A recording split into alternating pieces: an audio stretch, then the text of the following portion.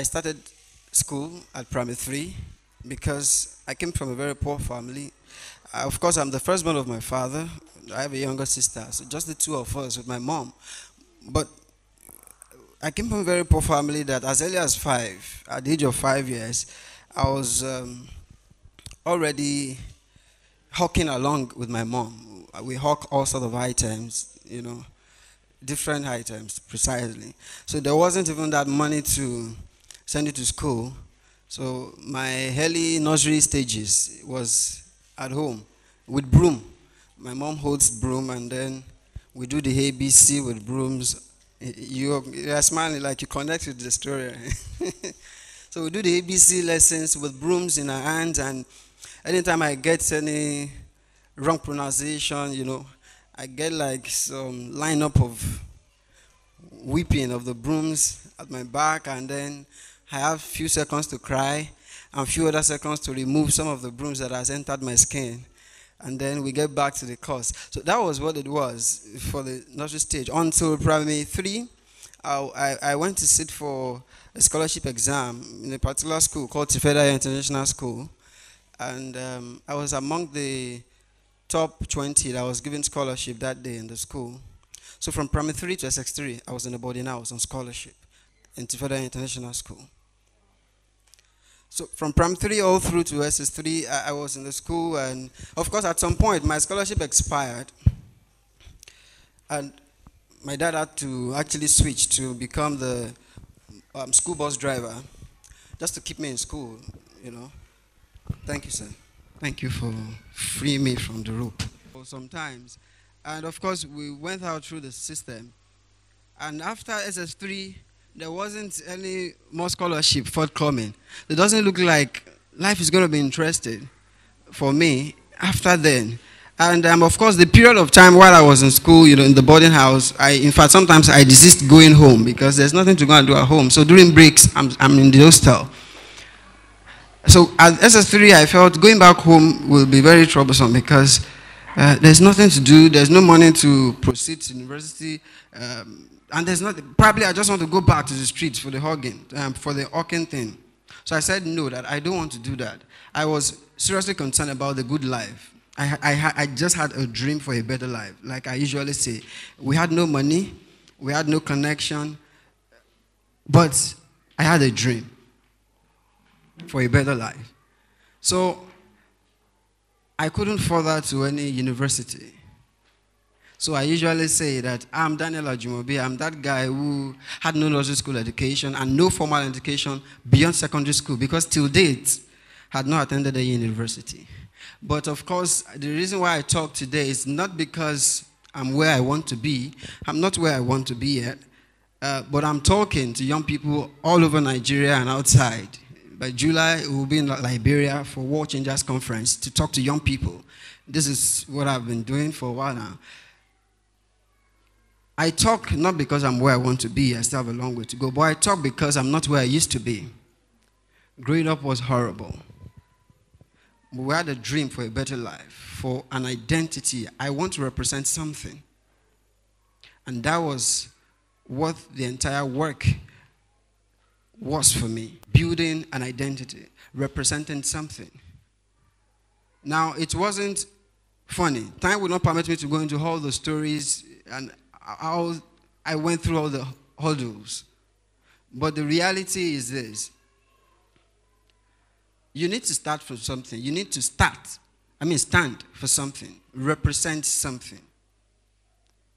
There's a popular saying is that if you stand for nothing, thank you, you fall for everything. It's like having no destination in life. When you don't have where you are going, what happens? Everywhere you get to looks like where you are going. It just looks like it. And like one of my friends will fondly say, that when you grow as a person without an identity, you suffer from identity crisis. You lose your personal value and worth, and you struggle with being or looking like everybody around you. Now people go to Nigeria, to America, and you hear things like the American dreams. My American dreams, you go there, people go to America with American dreams to succeed, to excel, and become something huge. But what about the Nigerian dream? I had mine. I went through a whole lot. I went through unemployment at different levels. And I had to engage myself in personal development. I tell young people that till date in my house, of course today, it's the glory of God, I have my company. And we are doing quite great. While I still yet work and function with other companies, including my father's company, that's Dr. Tolo Luklede. He has about 7 companies, and I'm highly connected and working effectively in all the arms of his companies, while I'm working and building one outside of his company too. So it's essential, it's key that you know what you represent. What's your dream?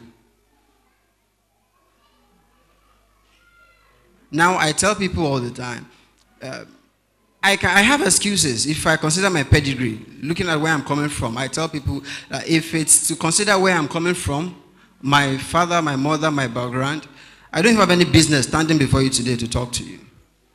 I don't have any business owning a company, a limited liability company. I have no business having to talk about having a million or millions in my account, or having staffs working with me, or having a car. These are things that are not, they are not connected with where I'm coming from.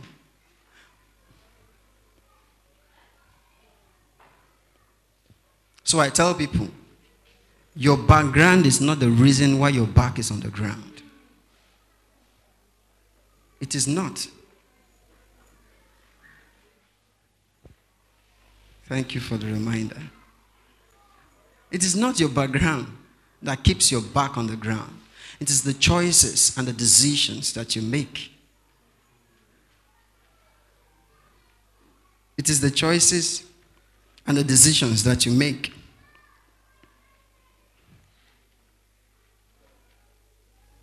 So my little inspiration, or the fire that I'm dropping inside you today, is stand for something and work for what you stand for. You might want to write that down. Stand for something and work for what you stand for. Have an identity. Create one for yourself. Dream about one so that you don't suffer from identity crisis.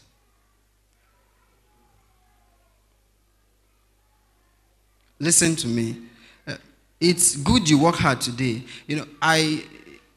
People ask a lot of questions when I go to places to talk. How do you reason? How do you, if you say you didn't have the social educational background or go to university, how do you communicate like this? How do you do this that you do? How do you do that? And I say I'm a product of informal education and personal development. I read a lot of books, and I said that till date, I don't have a TV in my house, not because I don't have money to buy one, but my library is very big, and it gives me joy every morning. I have a very big library, but I don't have a TV, because one of my mentors, Jim Rohn, he says if you get to the house of a rich man, their library is bigger than their TV. But if you get to the house of a poor man, their TV is bigger than their library. So, what do you represent? What are you standing for? Work hard for it. You know why? If you do the things that are hard today, your life will be easy eventually. But if you did the things that are easy today, your life will be hard. So to stand out, you have to do the things that others won't do in order for you to have the things that others won't have. Do the things that others won't do if you want to have the things that others won't have. So in conclusion, because time is not on my side, a few years from now, I would like to come in contact with a few of you, and you meet me, Mr. Dan. I'm so person. You came to speak at so places, and this is what I'm doing now for myself. based on one or two words that I pick from your words on so day, I've been able to carve a niche for myself. I represent two things. I'm a public speaker and a serial entrepreneur. I create businesses. I create ideas. And we've just started. So what are you creating? What are you representing? Nigeria is big. Nigeria is massive. What is your own Nigerian dream? What do you want to achieve for yourself and for your nation? Remember the words of Abraham Lincoln. Don't ask what your country. Nobody knows that quote. Don't ask what your country will do for you. Ask what you will do for your country. Thank you so much for your time.